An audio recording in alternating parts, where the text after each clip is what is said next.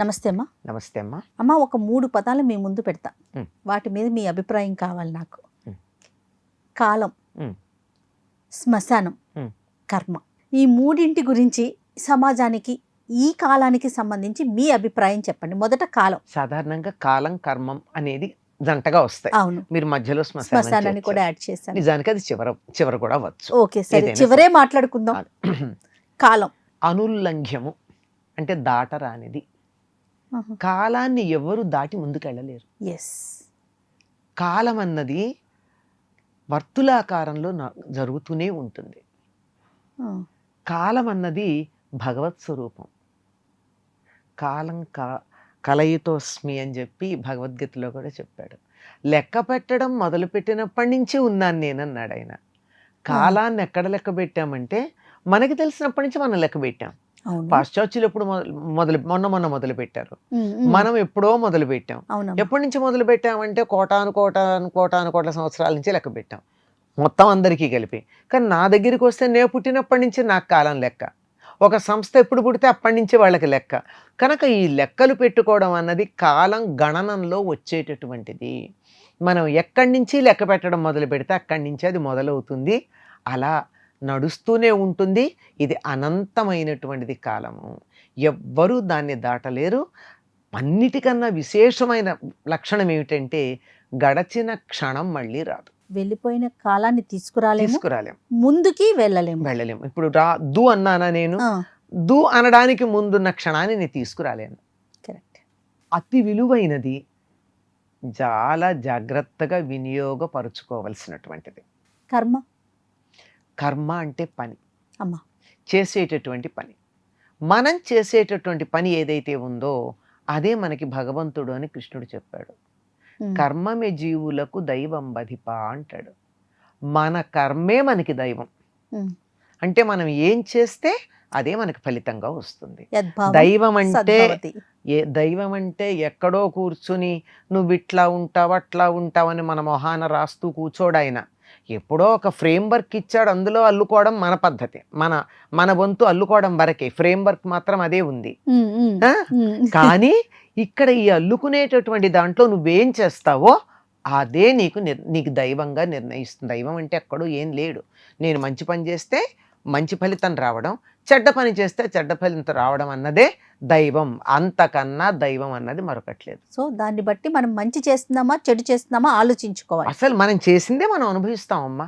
నీ పిల్లలకి అర్థమయ్యేటప్పుడు చెప్తా, ఇవాళ కొంచెం ఎక్కువ తింటే కడుపు నొప్పి వచ్చిందంటే నీ కడుపు నొప్పి అనేటటువంటి దానికి కారణం నువ్వు తినడం అనే కర్మమే అని చెప్తా. అంతే. ఏదైనా సరే మనం చేసినటువంటిదే మనకి లభిస్తుంది అన్న సంగతిని మనం గుర్తుపెట్టుకుంటే జాగ్రత్తగా పనిచేయాలి. ఎవరో ఇస్తారు, ఎవరో చేస్తారు, ఎవరి వల్ల నాకేదో అవుతుందని కాదు. అలా అవ్వాలంటే కూడా, ఎవరన్నా నీకు సహాయం చెయ్యాలంటే కూడా నువ్వేదో పనిచేసి ఉండాలి, లేకపోతే రాదు కదా.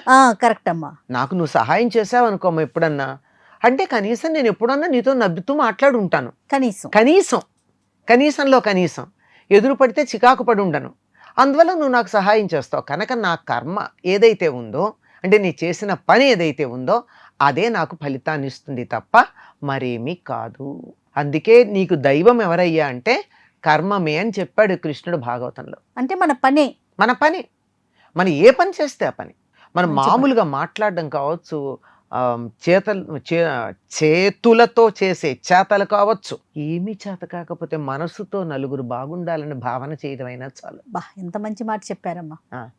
సర్వే జన సుఖినోభవంతో అనేటటువంటి భావన నుండి ఆ పాజిటివ్ వైబ్స్ అంటూ ఉంటారు ఈ రోజుల్లో పిల్లలు.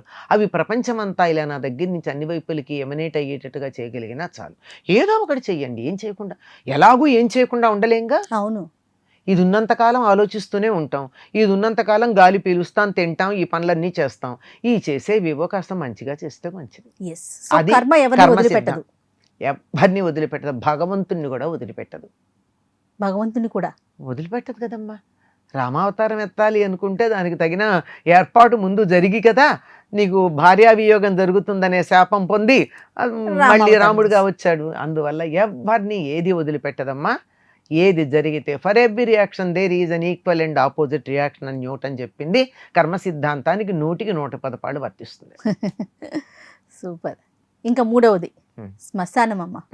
శ్మశానం అందరినీ సమంగా చూస్తుందమ్మా. అందరినీ.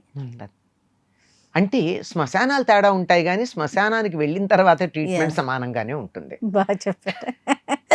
ఎందుకంటే ఒక్కొక్క సంప్రదాయానికి సంబంధించిన శ్మశానాలు వేరే ఉంటాయి. తగలబెట్టేవాళ్ళు, పాతి పెట్టేవాళ్ళు, పూడ్చేవారు. పార్సీలు అయితే శరీరాన్ని అలా వదిలేయడం ఉంటుంది. ఇలా ఎవరి పద్ధతిలో వాళ్ళు ఉన్నా కూడా అందరికీ దాని ట్రీట్మెంట్ మాత్రం ఒకటే. అదే. అక్కడికంటూ వెళ్ళిన తర్వాత ఆ ప్రాంతానికి వెళ్ళి ఆ సంప్రదాయాన్ని అనుసరించి అక్కడికి చేరాక అందరిది సమానమైన ట్రీట్మెంటే ఉంటుంది. తేడా ఏం ఉండదమ్మా. అక్కడికి వెళ్ళేటప్పటికి సమానత్వం అన్నది తెలియాలంటే శ్మశానాన్ని ఒకసారి చూడాలి. చిట్ట చివరికి మనిషి యొక్క అంతిమ లక్ష్యం అని కూడా చెప్పడం కాదు, చిట్ట చివరికి ఎక్కడికి చేరతాడు అన్నది తెలియాలంటే అది కూడా మనకి శ్మశానానికి వెడితే తెలుస్తుంది. ఎక్కడికైనా ఎంత బాగా అన్నా ఉండనండి, ఎంతన్నా సంపాదించనియండి, ఈ శరీరం చాలా అందంగా ఉందని కనపడిన చోటల్లా అద్దంలో చూసుకుంటూ ఈ శరీరానికి రకరకాల పోషణలు చేస్తూ పైన అలంకారాలు చేస్తూ దీన్ని చూసి గర్విస్తూ ఉంటే కూడా చిట్ట చివరికి ఏమవుతుంది? ఏ సంప్రదాయాన్ని అనుసరించి శ్మశానం ఉందో అక్కడికి వెడితే పూడ్చిపెట్టడమో లేకపోతే dust to dust to air అంతే అయిపోవటం ఉంటుంది కదా. అవునమ్మా. అలా జరిగిపోతుంది.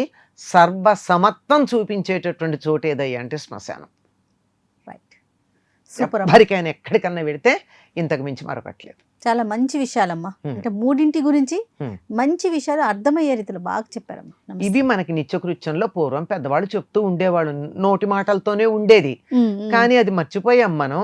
అదేదో వేదాంతం అనుకున్నాం. వేదాంతాన్ని నిత్య జీవితంలో కలిపి చెబుతూ మన సరైన మార్గంలో పెట్టారమ్మా పూర్వులు. అవునమ్మా. కాలం, కర్మ, శ్మశానం మూడు కూడా మనకి నిత్య జీవితంలో ఉన్నవే కదమ్మా. రోజు చూట్టాలి ఎంతమంది అక్కడికి వెడుతున్నారమ్మా. అవును. అంతిమంగా చేరుకునే వాళ్ళు ఎంతమంది లేరు అక్కడ? చూస్తున్నాం. బోల్డ్ మందిని చూస్తున్నాం. అవును. తర్వాత అలాగే ఈ చేసిన పనికి ఫలితాలను అనుభవిస్తున్న వాళ్ళని చూస్తున్నాం. జరిగిపోతే ఒక్క క్షణం వెనక్కి రాదనే సంగతిని తెలుసు గమనిస్తున్నాం. మనకి. తెలుస్తూనే ఉంది. తెలిసి గుర్తించట్లేదు, గుర్తు పెట్టుకోవటం లేదు, అంతే తేడా. రైట్ అమ్మా.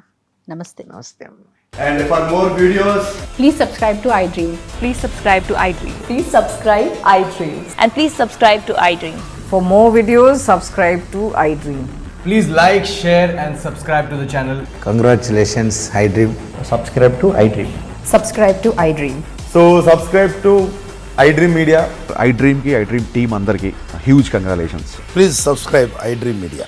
Please subscribe to iDream. Subscribe iDream. Please subscribe to iDream. iDream అంటే నా కళల ఛానల్ను సబ్స్క్రైబ్ చేసుకున్న నోరు తిరుగుతలేదు, మీరైతే గంట గుర్తు కొట్టండి. For more such videos, please subscribe to iDream. Subscribe to iDream. Please subscribe to iDream. Please subscribe iDream Media. Please do subscribe to iDream. Please subscribe to iDream Media. For best entertainment and information, please subscribe iDream. And don't forget to subscribe to iDream.